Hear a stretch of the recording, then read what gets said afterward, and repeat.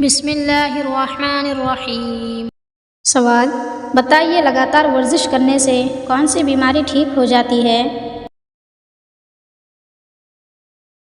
جواب: فالج کی بیماری۔ سوال: بتائیے سب سے پہلے کس نبی نے خانہ کعبہ پر غلاف چڑھایا؟ جواب: حضرت اسماعیل علیہ السلام نے۔ سوال: کیا خواتین وضو کرنے کے بعد میک اپ کر کے نماز پڑھ سکتی ہیں؟ جواب: جی ہاں، پڑھ سکتی ہیں، مگر شرط یہ ہے کہ اس میں حرام چیز شامل نہ ہو۔ سوال: کس انسان کے گھر موت کا فرشتہ روزانہ 2 مرتبہ جاتا ہے؟ جواب: ہر انسان کے گھر۔ سوال: وہ کون صحابی ہیں جن کی نیکیاں آسمان کے ستاروں کے برابر ہیں؟ جواب: حضرت عمر رضی اللہ عنہ۔ سوال: ذکر قلبی سے کیا مراد ہے؟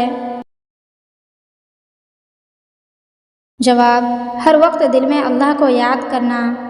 سوال: بتائیں معراج کا واقعہ نیند کی حالت میں ہوا یا جاگنے کی حالت میں؟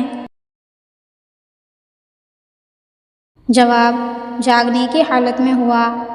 سوال: کیا آپ جانتے ہیں کہ دجال کا تعلق کس خاندان سے ہوگا؟ جواب: یہودی خاندان سے۔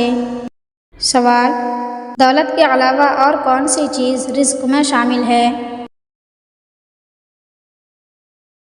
جواب: نیک اولاد۔ سوال: وہ کون صحابی ہیں جنہوں نے کبھی بت کا سجدہ نہیں کیا، اس لیے انہیں کرم اللہ وجہ کہتے ہیں؟ جواب: حضرت علی رضی اللہ عنہ۔ سوال: وہ کون سا ملک ہے جہاں سب سے زیادہ مسجدیں ہیں؟ جواب: ہندوستان میں۔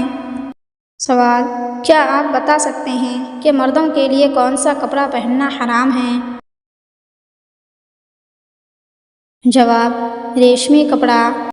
سوال: دنیا میں سب سے زیادہ جانور کس ملک میں ہیں؟ جواب: ہندوستان میں۔ سوال: عام مسلمانوں میں سب سے بلند درجہ کس کا ہوتا ہے؟ جواب: متقی اور پرہیزگار کا۔ سوال: غریب رشتہ دار کو کیا چیز دینے سے دگنا ثواب ملتا ہے؟ جواب: صدقہ دینے سے۔ سوال: دنیا میں انبیاء کی آمد کا سلسلہ کب سے شروع ہوا؟ جواب: یہ سلسلہ حضرت آدم علیہ السلام سے شروع ہو کر ہمارے نبی حضرت محمد صلی اللہ علیہ وسلم پر ختم ہو گیا۔ سوال: کون سا لباس پہننے سے نماز قبول نہیں ہوتی ہے؟ جواب: تنگ اور باریک لباس۔ سوال: کس سورت کی تلاوت کرنے والا کبھی بوڑھا نہیں ہوتا؟ جواب: سورہ رحمان۔ سوال: کیا آپ کو پتہ ہے کہ کس نماز کے لیے کعبہ کی طرف منہ کرنا شرط نہیں ہے؟ جواب: نفل نماز جو سفر میں ہو۔ سوال: حضرت جبرائیل علیہ السلام کے لیے قرآن مجید میں کون سے صفاتی نام بیان ہوئے ہیں؟ جواب: قرآن مجید میں آپ کو روح القدس اور روح الامین کا لقب دیا گیا ہے۔